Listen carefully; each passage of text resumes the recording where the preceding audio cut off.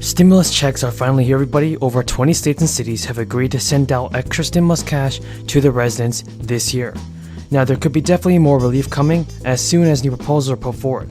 Now, in the face of inflation worries, many politicians are trying to get the cash to the citizens any way they can.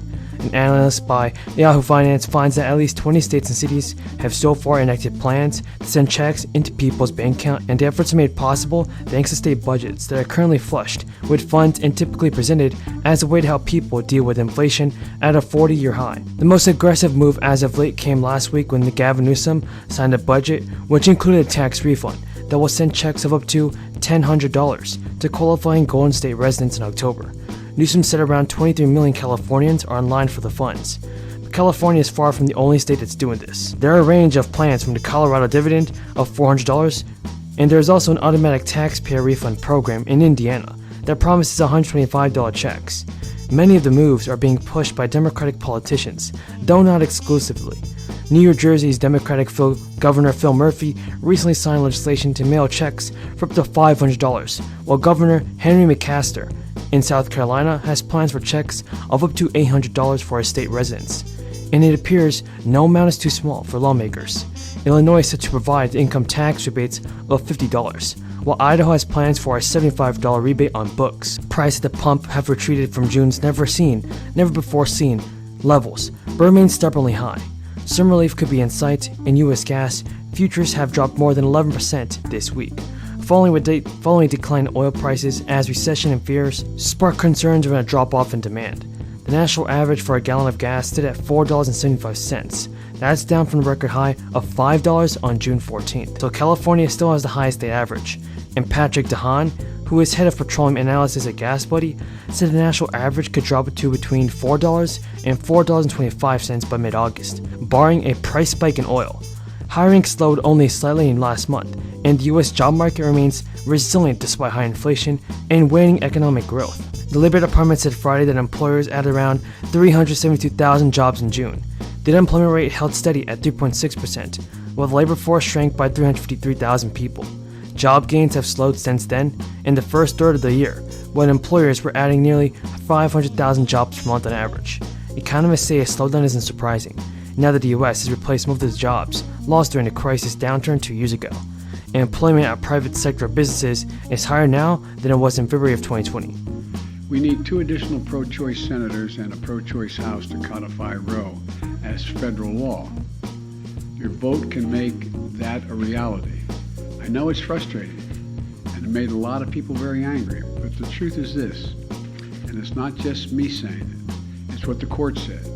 When you read the decision the court has made clear, it will not protect the rights of women, period. After having made a decision based on a reading of a document that was frozen in time in the 1860s, when women didn't even have the right to vote, the court now practically dares the women of America to go to the ballot box and restore the very rights they've just taken away. One of the most extraordinary parts of the decision, in my view, is the majority writes, and I quote, women, I'm just a quote now, I'm looking at the majority, women are not without electoral or political power. It is noteworthy that the percentage of women who register to vote and cast a ballot is consistently higher than the percentage of the men who do so, end of quote. Repeat the line. Women are not without electoral and or political, or maybe precise, not and or political power. Saying that you, the women of America, can determine the outcome of this issue. I don't think the court, or for that matter, the Republicans who for decades have pushed the extreme agenda, have a clue about the power of American women. But they're about to find out, in my view. It's my hope and strong belief that women will in fact turn out in record numbers to reclaim. As educators, we all know that history has never been an unbroken line toward progress. That even when we have advances, there will be setbacks. In certain times, those setbacks being more drastic than in others. This is one of those moments, but we will not be deterred.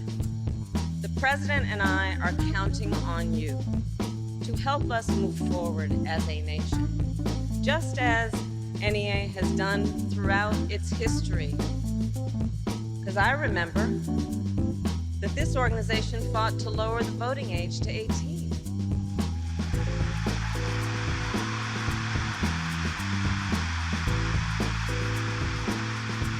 I remember that this organization fought to protect black teachers from school districts that defied desegregation orders.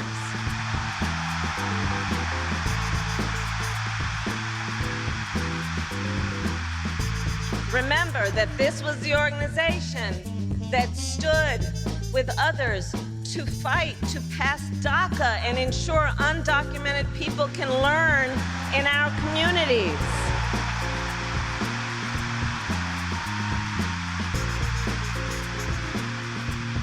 Again and again, you have been champions of social justice. And it is clear, educators are a central part then of moving our nation forward. You are not only essential to our children's future, I'm here to share with you, you, I believe, are essential to the future of our democracy.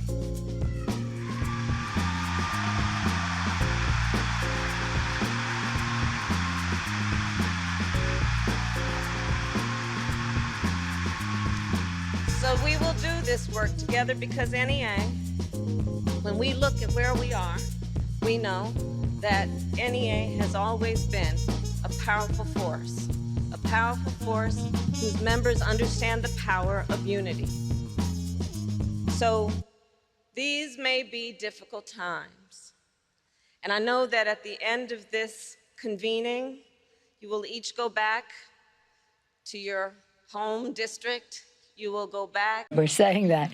And our distinguished whip, Mr. Clyburn, talked about the three legs of the stool, the rescue package, the BIF, and now this bill being the infrastructure of our future. And, of course, our distinguished chair of the Ways and Means Committee, who held down the fort for such a long time, but including last night, Mr. Neal quoting Daniel Webster, and our responsibility to act.